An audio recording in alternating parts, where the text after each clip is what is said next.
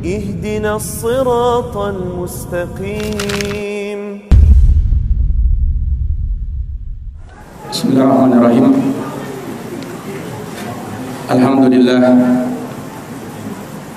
Alhamdulillahi rabbil alamin wa bihi nasta'in ala umuri dunya waddin. Asyhadu an la ilaha illallah wahdahu la syarika lah wa asyhadu anna Muhammadan abduhu wa rasuluh sallallahu alaihi wa ala alihi wa sahbihi wa man tabi'ahum bi ihsanin ila yaumiddin wa sallama tasliman katsira, amma ba'd.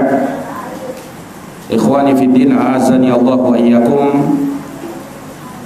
Kita lanjutkan kembali pembahasan dari kitab Manhajus Salikin wa Tawdihul Fiqhi fid Din dalam Kitabul Buyu' karya Asy-Syaikh Abdurrahman Ibnu Nasir As-Sa'di rahimahullahu taala,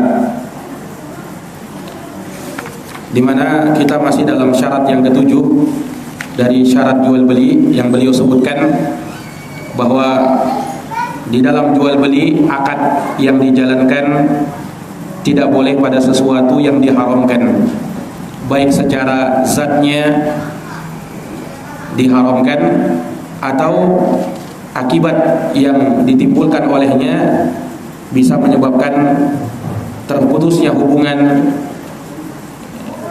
dan berakibat buruk dari sisi agama seseorang.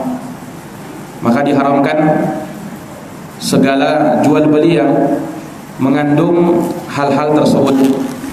Dan di sini beliau juga sebutkan larangan berikutnya dari larangan jual beli, dari muamalah yang tidak dibenarkan di dalam Islam. Kata beliau rahimahullahu taala, wa nahyuhu sallallahu alaihi wasallam an talaqqil jalab. Faqala la talaqqau al jalab. Faman talaqqa fashtari minhu fa idza aw fashtara minhu fa idza ata sayyiduhu as-suqa fa huwa bil khiyar. Rawahu Muslim. Iya. Dan Nabi SAW juga melarang dari talakil jalab. Ya, talakil jalab itu istilah di kalangan para ulama di dalam bab jual beli. Talaki itu artinya menjemput atau menemui. Al-jalab, ya, al-jalab itu barang yang sedang diantar ya ke kota. Jadi yang talakil jalab terkadang juga disebut dengan talakil rukban, yakni seorang pedagang desa yang dia mau pergi ke kota untuk menjual barangnya di kota. Kemudian ada yang mencegatnya di tengah jalan. Ada yang mencegatnya di tengah jalan. Jadi cegat bukan untuk dibegal, bukan, tetapi dicegat supaya barangnya bisa dibeli sebelum dia sampai ke kota. Nah, dibeli dengan harga yang murah oleh para pedagang kota. Kemudian pedagang kota, ya, setelah dia dapat barangnya, dia jual lagi ke kota dengan harga yang tentunya lebih mahal. Nah Nabi SAW melarang perbuatan seperti itu. Ya, talakil jalab namanya. Jadi mencegat para pedagang desa yang ingin pergi ke kota untuk menjual barangnya di kota, tetapi dicegat oleh para pedagang kota, diborong barangnya semua. Diborong barangnya semua, dan itu yang membuat para pedagang desa mungkin tertarik untuk menjual barangnya karena diborong semuanya, tetapi dibeli dengan harga murah. Nah, dalam keadaan pedagang desa ini tidak tahu harga di kota. Iya. Ya, misalnya taruhlah harga barang tersebut, ya, per bijinya dijual seharga 20.000. Nah, harusnya di kota, tetapi ya, pedagang desa ini sebenarnya dia mau jual di kota, dicegat duluan, diberi dengan harga yang lebih murah, misalnya dibeli dengan harga 5.000. Nah, diborong semuanya. Ya mungkin pedagang desanya mau, ya, karena diborong barangnya, maka dijualnya. Padahal pedagang kota ini dia Ya, ambil barang tersebut dia jual dengan harga berkali lipat lagi. Dia jual dengan harga 20.000 sesuai dengan harga kota. Nah, ini dilarang oleh Nabi. Perbuatan seperti itu tidak diperbolehkan. Nah, faqala, Nabi bersabda, la talaqqau al-jalab. Jangan melakukan perbuatan itu. Jangan melakukan perbuatan itu. Faman talaqqa, siapa yang melakukan perbuatan itu, fashtara minhu, lalu dia membeli darinya, fa idza atasayyiduhu as-suq, apabila pemilik barang itu datang ke pasar, ya lantas dia tertipu dengan hal tersebut, fahuwa bil khiyar, maka dia punya hak untuk mengambil barangnya kembali. Nah, ini seorang pedagang desa, ya misalnya ketika dia sudah tahu harga kota, oh ternyata saya jual terlalu murah kepada para pedagang yang mencegat tadi. Nah, maka kalau dia tahu harga kota, dia punya hak khiyar, ya, yakni untuk membatalkan jual belinya. Untuk membatalkan apa? Jual belinya.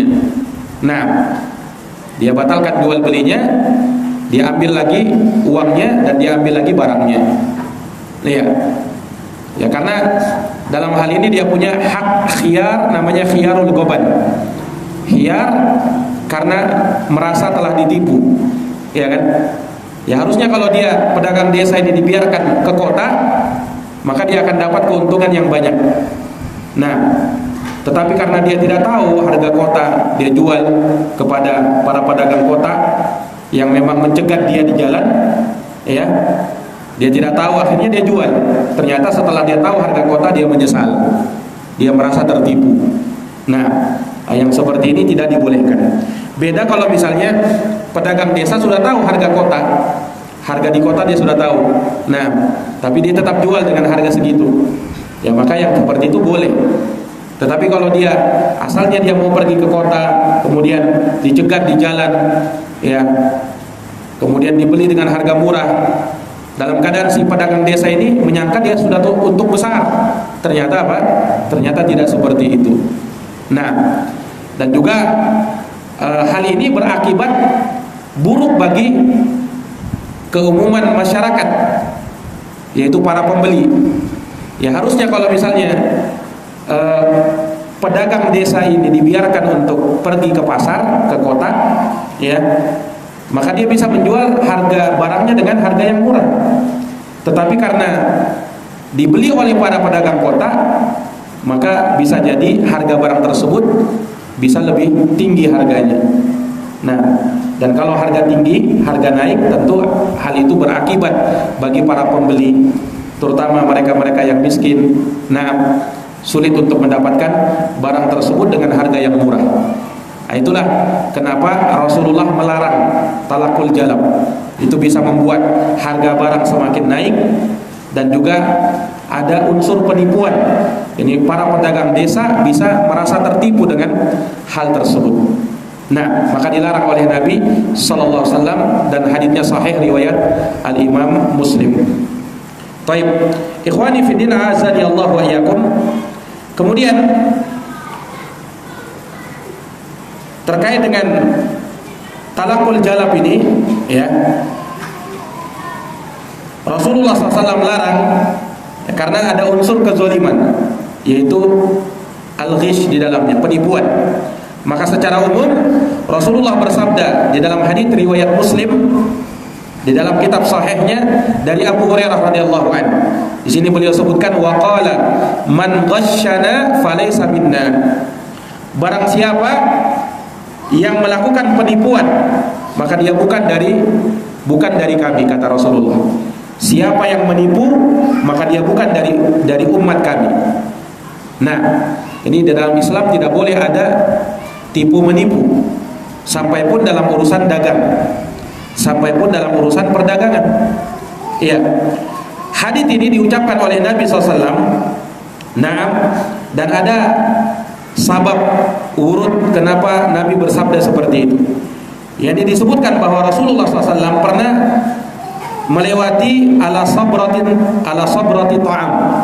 Nabi pergi ke pasar, melewati para pedagang. Di situ ada pedagang yang menjual makanan.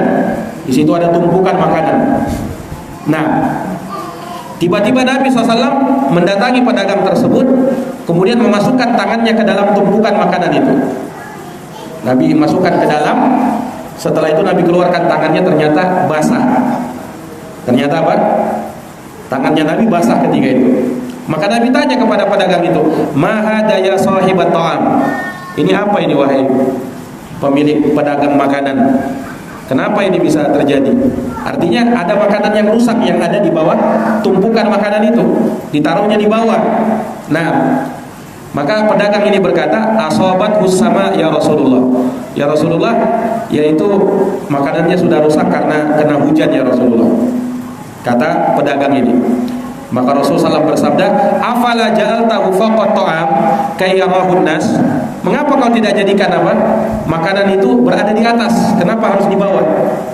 Kenapa kau tidak jadikan di atas supaya orang lihat? Nah, maka Nabi bersabda, "Man ghasya falaysa minni." Siapa yang menipu, maka dia bukan dari umatku. Ini Nabi sudah ingatkan para pedagang. Ya sama pada hari ini para pedagang, terkadang mereka jual barang dagangan, ya. Mereka tidak pisahkan yang buruk dengan yang bagus. Yang buruk mereka taruh di bawah, yang bagusnya di atas-atas. Nah, kalau ada orang beli, ya bukan yang dia berikan yang di atas, tetapi yang bagian bawah yang rusak. Ini sama saja menipu. Nah, dan itu tidak boleh. Ya sama terkadang ada sebagian orang menumpuk makanan, ya kan? Dijual satu tumpuk misalnya, satu tumpukan sekian. Iya. Ditampilkan yang di atas yang bagus-bagus, tapi yang di bawahnya ada yang busuk, ada yang apa di situ. Ya. Atau para pedagang buah-buahan misalnya. Nah, dia jual buah ini sekilonya sekian. Iya. Orang terkadang mungkin mau melihat bagaimana buahnya bagus atau tidak. Ya maka dia bukakan yang bagus saja. Yang tidak bagus tidak dibukakan. Terkadang para pedagang tahu ya. Mereka sudah ahli. Oh ini yang bagus ini daerah sini nih. Dia bukakan yang bagusnya saja. Nah, ini sama, ini menipu juga. Ya. Nah, orang yang melakukan seperti itu tidak diridhoi di dalam Islam. Siapa yang menipu, maka dia bukan dari umatku, kata Nabi sallallahu alaihi wasallam. Al-ghish itu menampilkan barang tidak sesuai dengan hakikatnya, atau dia menyembunyikan cacat pada barang yang dia mau jual. Dan pada hari ini banyak ya penipuan semacam ini. Ada orang jual misalnya, dia jual HP-nya misalnya. Ya. HP-nya tersebut sebenarnya rusak-rusak, ya. Dia jual, tapi dia tidak sebutkan kerusakannya. Dia sembunyikan cacatnya. Dia poles sedemikian rupa, mungkin dia ganti casingnya, ya. Kemudian dia jual. Harusnya seorang pedagang, ya, yang baik, dia harus jelaskan, ini HP saya ini demikian keadaannya. Ada kerusakan, sudah 5 kali servis misalnya. Nah, pernah pecah layarnya. Ada sesuatu ini. Nah, dia jelaskan apa adanya. Tidak boleh dia sembunyikan. Apalagi dia puji-puji, ini HP saya ini, HP baru ini sebenarnya. Nah, bagus ini. Nah, dia puji-puji. Ya, padahal tidak seperti itu. Jelas ya? Nah, dan ini berlaku dalam banyak hal. Orang jual apa saja, dia jual kendaraannya misalnya, dia tampilkan bagus. Ya, dia poles sedemikian rupa bagian luarnya. Kadang kan orang itu tertarik ketika melihat ya tampilan luarnya. Oh ini dilihat tampilan luarnya bagus, berarti bagus ini. Terkadang orang tidak terpikir bagian dalamnya bagaimana, mesinnya bagaimana. Dia rubah saja itu kendaraan tersebut seakan bagus, baik ya, tapi mesinnya amburadul, hancur. Nah, itu juga melakukan ghish namanya, melakukan tindak penipuan. Dan itu diharamkan di dalam agama. Siapa yang menipu, maka dia bukan dari umatku. Nah, bukan dari umatku. Iya. Nah, ini ikhwani fillah a'azani Allahu wa iyyakum. Seorang pedagang, kalau dia adalah pedagang yang baik, maka dia harus bersikap jujur apa adanya. Tidak boleh curang. Tidak boleh hanya karena ingin melariskan dagangannya cepat laku, maka dia melakukan tindak-tindak yang diharamkan sampai menipu orang. Ya, perhatikan sabda Nabi SAW, At-tajirus shaduq al-amin ma'an nabiyina wasiddiqina wasyuhada. Para pedagang yang jujur, yang terpercaya, dia akan bersama dengan para nabi, para siddiqin, dan para syuhada. Lihat pahalanya orang yang berdagang dan dia menjadi pedagang yang jujur. Ya, makanya kalau kita berprofesi sebagai pedagang, berusahalah untuk menjadi pedagang yang jujur. Sebab pahalanya juga besar. Dikumpulkan dengan para nabi, para siddiqin, para syuhada. Tapi kalau dia menjadi pedagang yang curang, sebaliknya dia tidak akan dikumpulkan dengan para nabi, tidak akan dikumpulkan dengan orang-orang soleh. Nah, dan Nabi SAW secara umum menyebutkan tentang pedagang dan pembeli, fa in sadaqa wa bayyana burika lahuma fi bai'ihima. Apabila keduanya jujur dan menjelaskan apa adanya, maka diberkahi untuk keduanya. Wa in kadaba wa katama muhiqat barakatu bai'ihima. Tapi kalau keduanya berdusta dan menyembunyikan sesuatu, maka dicabut keberkahan dari jual belinya. Ada sebagian orang begini ya, menjual barang. Ya, saya jual saja. Nah, mau beli silahkan, tidak silahkan. Iya. Dia tidak mau menjelaskan barangnya tersebut. Ketika misalnya barangnya punya cacat, kan katanya apa? Kan apa namanya? Tidak ditanya juga saya. Berarti tidak ada kewajiban menjelaskan. Tidak. Kalau barangmu ada cacat, kau wajib menjelaskan. Kalau barangmu ada yang cacat, yang kau jual, kau harus menjelaskan. Nah, subhanallah, ya ada suatu hikmah yang pernah terjadi di masa Imam Abu Hanifah rahimahullah ta'ala. Jadi Imam Abu Hanifah, beliau selain seorang alim besar, alim ulama di masanya, beliau juga seorang pedagang. Imam Abu Hanifah, beliau berdagang, berjualan kain. Ya, pernah disebutkan bahwasanya Imam Abu Hanifah pernah mengirim 70 helai kain 70 helai kain melalui sahabatnya yang bernama Al-Bishr supaya dijual di Mesir. Imam Abu Hanifah di Kufah, di negeri Irak ketika itu. Biasa para pedagang terkadang kan dia kirim barangnya ke suatu kota, suatu negeri supaya dijual, ya, dan di sana lebih laku penjualannya. Imam Abu Hanifah juga seperti itu. Beliau di Irak, ya, minta supaya Al-Bishr menjualkan barangnya 70 helai kain, ya, di daerah Mesir. Dan kainnya kain yang bagus, memang kain mahal. Tapi Imam Abu Hanifah menulis surat kepada Bishr ketika itu, kepada apa namanya partner dagangnya di Mesir. Kata Imam Abu Hanifah, di 70 kain itu ada satu kain yang cacat. Iya. Maka Imam Abu Hanifah minta kalau nanti itu dijual, kamu harus jelaskan cacatnya itu begini-begini kepada calon pembeli. Jadi dari 70 kain ada satu kain yang apa? Yang cacat. Kau harus jelaskan, kata Imam Abu Hanifah. Maka Al-Bishr ketika itu ya menyepakatinya, saya akan jelaskan. Ternyata setelah berjalan lama, ya, maka Al-Bishr kembali ke Irak karena barangnya Abu Hanifah sudah laku semuanya. Iya. Dan ketika itu apa namanya Al-Bishr membawa keuntungan dari hasil perdagangan sebanyak 3.000 keping uang dinar. 3.000 keping uang dinar. Ini kalau di apa namanya, kalau dipindahkan ke gram, ya sangat besar ya. Ada sekitar 12 kilo emas, hampir 13 kilo, 13 kilogram emas. Keuntungan yang didapat dari hasil jual apa? Dari hasil jual kain. Maka Imam Abu Hanifah tanya, kan sudah dapat 13 kilo emas ya. Abu Hanifah tanya kepada Al-Bishr, kemarin wahai Al-Bishr, aku sempat mengingatkan kamu ada satu kainku yang cacat. Apakah kamu sudah jelaskan sama calon pembeli? Maka Al-Bishr mengatakan, saya lupa wahai Imam Abu Hanifah, aku lupa menjelaskannya. Nah, maka mendengarkan itu apa? Imam Abu Hanifah langsung berdiri dan beliau sedekahkan 13 kilogram emasnya untuk fakir miskin. Nah, subhanallah ya. Beliau tidak mau, padahal cuma satu kain aja yang ada cacatnya. Itu pun Al-Bishr tidak sengaja, dia lupa menjelaskan. Dia jual begitu saja, dia lupa ya, karena sudah lama gitu kan. Dia lupa menjelaskannya. Imam Abu Hanifah langsung berdiri, emas 13 kilogram itu, tidak tahu berapa rupiah ya, kalau dirupiahkan, itu dijual, diberikan, disedekahkan kepada fakir miskin semuanya. Nah, inilah menunjukkan rasa takut beliau rahimahullah.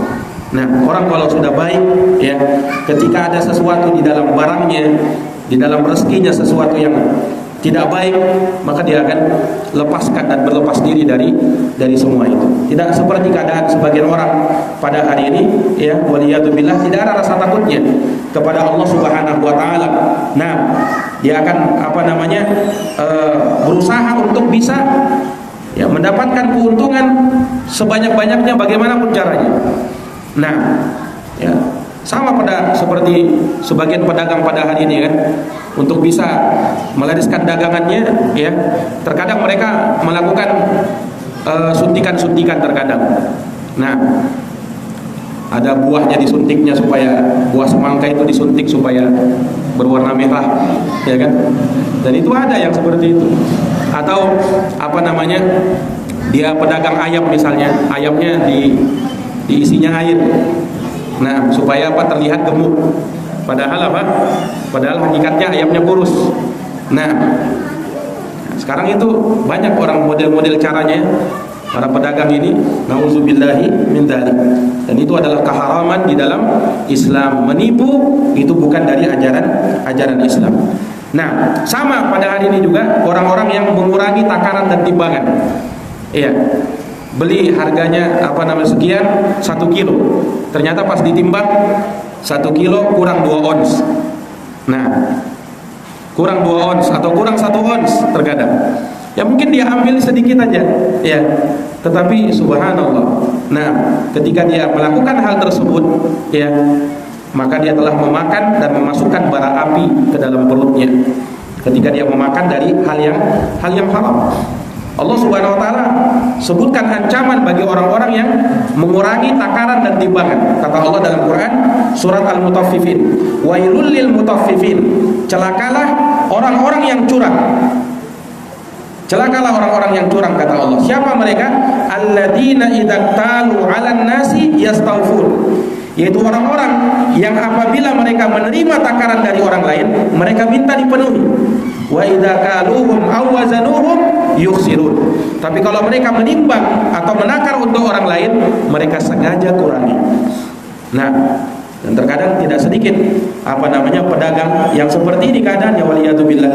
Iya, padahal diancam dengan wail. Wail itu secara umum artinya kecelakaan, dan ditafsirkan oleh sebagian ulama seperti oleh sahabat Ibnu Abbas, wail itu adalah salah satu lembah di neraka jahanam yang dialiri oleh nanah para penghuni neraka. Nauzubillah. Dia akan mendapatkan hal itu nanti pada hari kiamat kalau dia tidak bertaubat kepada Allah Subhanahu wa taala dari perbuatan seperti itu. Nah, maka ikhwani fiddin a'azzani Allah wa iyyakum, ya, di dalam Islam seorang tidak boleh ya untuk berlaku curang dan menipu orang lain. Disebutkan dalam hadis Ibnu Majah dan hadisnya disahihkan oleh Syekh Al-Albani, al-muslim akhul muslim, kata Nabi. Seorang muslim itu adalah saudara bagi muslim yang lainnya. Wala yahillu li muslimin ba'a min akhihi bai'an fihi aibun illa bayyanahu lahu. Tidak halal bagi seorang muslim menjual suatu jualan kepada saudaranya sementara pada barang yang dia jual ada aib, ada cacat. Tidak halal kecuali dia harus jelaskan. Nah, apalagi kalau cacatnya tersebut sangat berpengaruh pada barangnya, sengaja dia sembunyikan, ini perbuatan yang haram. Ini perbuatan yang diharamkan. Harus dia jelaskan apa adanya. Ya, terutama bagi para penjual barang second misalnya. Ya, tentunya barang bekas ya pasti ada aibnya, ya kan? Pasti ada cacatnya. Jelaskan itu. Tidak boleh kau sembunyikan apa adanya. Nah, ya, kalau ada yang mau beli alhamdulillah. Kalau ada yang tidak mau beli ya maka Akan ada yang membelinya nanti insya Allah kalau dia bertakwa kepada Allah Subhanahu wa Ta'ala. Jangan dia ingin cepat-cepat ya mendapatkan sesuatu padahal belum waktunya dia mendapatkan hal tersebut. Dan tentu saja adanya tindakan tipu menipu ini bisa menimbulkan apa? Keributan di tengah-tengah manusia. Orang tidak ada yang ridho manakala ditipu. Mana ada yang suka kalau ada yang ditipu misalnya. Nah, tentunya ini dari perkara yang diingatkan. Baik, ikhwani fiddin, a'azani Allahu wa iyyakum. Maka Rasulullah SAW mengingatkan, man ghasya falaysa minna. Barang siapa yang menipu maka dia bukan dari umatku. Maka dia bukan dari umatku. Nah, kemudian kata beliau, wa mislur riba as-sarih at-tahayyul alaihi bil 'ina bi ayyabi'a sil'atan bimi'ah ila ajalin summa yashtariha min mushtariha bi aqal minha naqdan aw bil aks. Dan di antara riba yang sharih yang jelas yaitu at-tahayyul alaihi bil 'ina, yakni berkilah. Ya, berkilah itu tahayyul itu maksudnya at-tawassul ilal maqsud bi tariqin khafiyyin. Yani seseorang melakukan sesuatu dengan cara yang samar untuk bisa mencapai tujuan yang dia inginkan. Jadi seakan-akan halal padahal haram.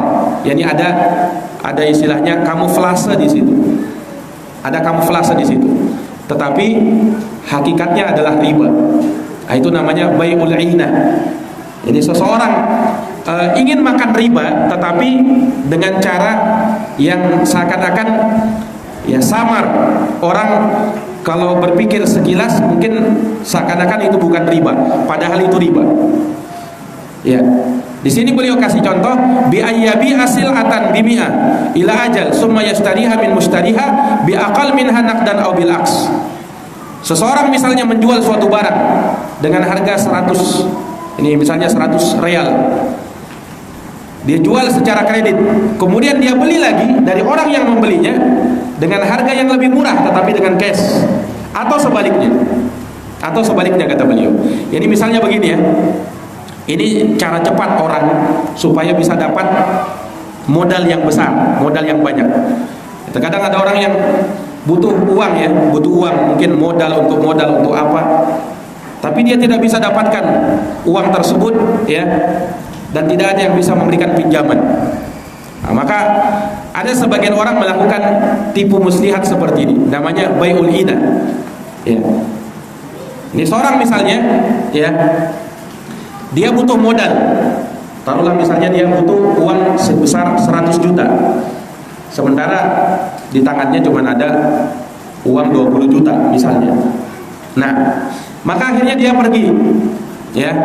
Dia pergi ke tempat showroom mobil misalnya. Dia mau beli mobil. Iya. Dia beli mobil, kemudian dia beli secara kredit. Mobilnya misalnya taruhlah harganya 200 juta. Maka dia kasih DP 20 juta. Dia bawa mobil itu. Ya sebenarnya kan dia tidak mau beli mobil.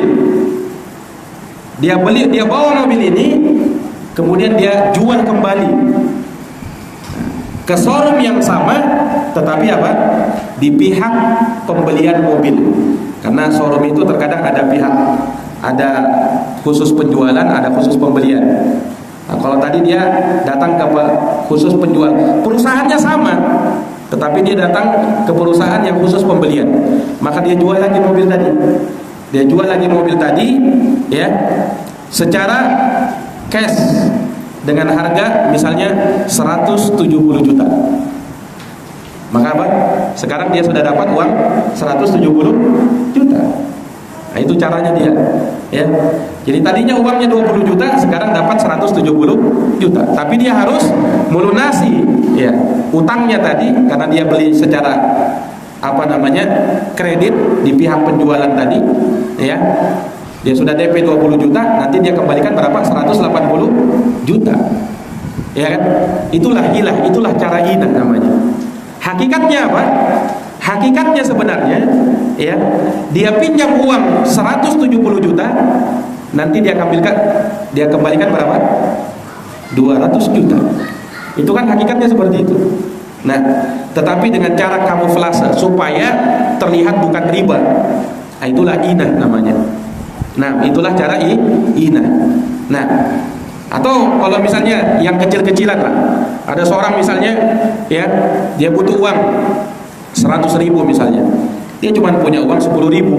Nah, akhirnya dia datang kepada orang ya, kemudian dia mau pinjam 100.000 ya, dia bilang saya tidak mau pinjamin, sudah gini saja, kamu beli barang saya, ini ada barang saya ya, kamu beli harganya misalnya 100.000. Nah, harganya 100.000 ya, atau misalnya harganya 120.000. Harganya berapa? 120.000 ya. Saya jual sama kamu dengan harga 120.000, yakni dengan dicicil kredit.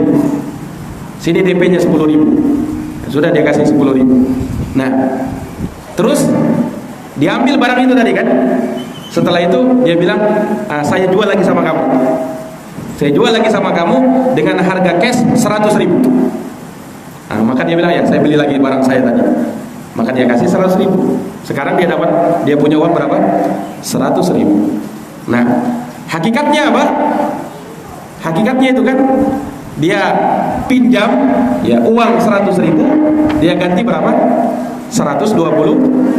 Nah, itulah riba. Disitulah riba. Seorang pinjam 100.000 kemudian dia ganti 120.000, itu riba di situ. Ribanya berapa? 20.000. Nah itulah jual beli inah namanya. Nah, kalau dia dengan bentuk tawarruk itu diperbolehkan menurut pendapat yang lebih kuat di kalangan para ulama. Itu kan tadi inah kan? Inah itu dilarang, itu hilah kepada riba. Ada namanya bai'ut tawarruk, jual beli tawarruk, sistem tawarruk itu dibolehkan. Bahkan sebagian ulama ya, kalau mau cari modal dengan cara seperti ini, nah itu bagus juga, tidak masalah. Ya, tidak masalah dia mencari modal dengan cara seperti itu. Mirip dengan inah tadi, tetapi dia jual ke pihak ketiga, bukan ke pihak yang sama. Nah, itulah tawarruk. Misalnya tadi ya, orang datang ke showroom mobil, dia mau beli mobil. Sebenarnya dia bukan mau beli mobil, dia butuh uang saja ini. Nah, maka dia punya uang 20.000, dapat 20 juta, ya dia mau beli mobil harganya 200 juta, DP-nya 20 juta. Dia bawalah mobil itu, ya kan? Nah, kalau inah dia jual lagi ke showroom yang sama. Walaupun mungkin di pihak pembelian, tapi perusahaan yang sama, itu inah. Tapi kalau tawarruk, dia jual ke showroom yang lain yang tidak ada kaitannya dengan showroom yang pertama. Paham? Nah, ini namanya tawarruk. Dia jual dengan harga cash misalnya 180 juta. Maka dia dapat uang 180 juta sekarang, ya kan? Nah, yang seperti ini boleh hukumnya. Kalau baik tawarruk seperti itu boleh. Sama tadi dengan contoh tadi ya. Ada orang misalnya ya, dia butuh uang 100.000, ya kan? Maka dia datang kepada seseorang. Nah, dia bilang, ini saya beli barang harganya 120.000, dengan dicicil kredit, iya, DP-nya 10.000. Saya bawa barang itu, ya kan? Tetapi saya tidak jual lagi kepada orang yang sama dengan pemilik barang. Saya jual ke orang lain. Nah, saya jual ke orang lain dengan harga cash 100.000. Nah, yang seperti ini boleh. Namanya apa? Bai'ut tawarruk. Namanya apa? Bai'ut at-tawarruk, dan itu boleh.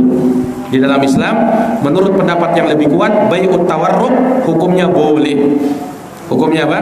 Hukumnya boleh. Nah, ini ikhwani fiddin, a'azani Allahu wa iyyakum. Baik. Dan bai'ul inah itu diharamkan berdasarkan hadis Ibnu Umar radhiyallahu anhuma. Rasulullah bersabda, "Idza tabayatum bil inah." Apabila kalian jual beli dengan cara inah. Dengan cara inah yang tadi kita sebutkan contohnya. Wa akhadtum adnabal baqar, dan kalian telah sibuk dengan peternakan Wa raditum bizara, kalian telah sibuk dengan pertanian. Wa taraktumul jihad, dan kalian sudah tinggalkan jihad. Sallallahu alaikum dhullan, Allah akan turunkan kehinaan atas kalian. La yanzi'uhu, tidak akan diangkat kehinaan itu hatta tarji'u ila dinikum, sampai kalian kembali kepada agama kalian. Hadis riwayat Imam Abu Dawud.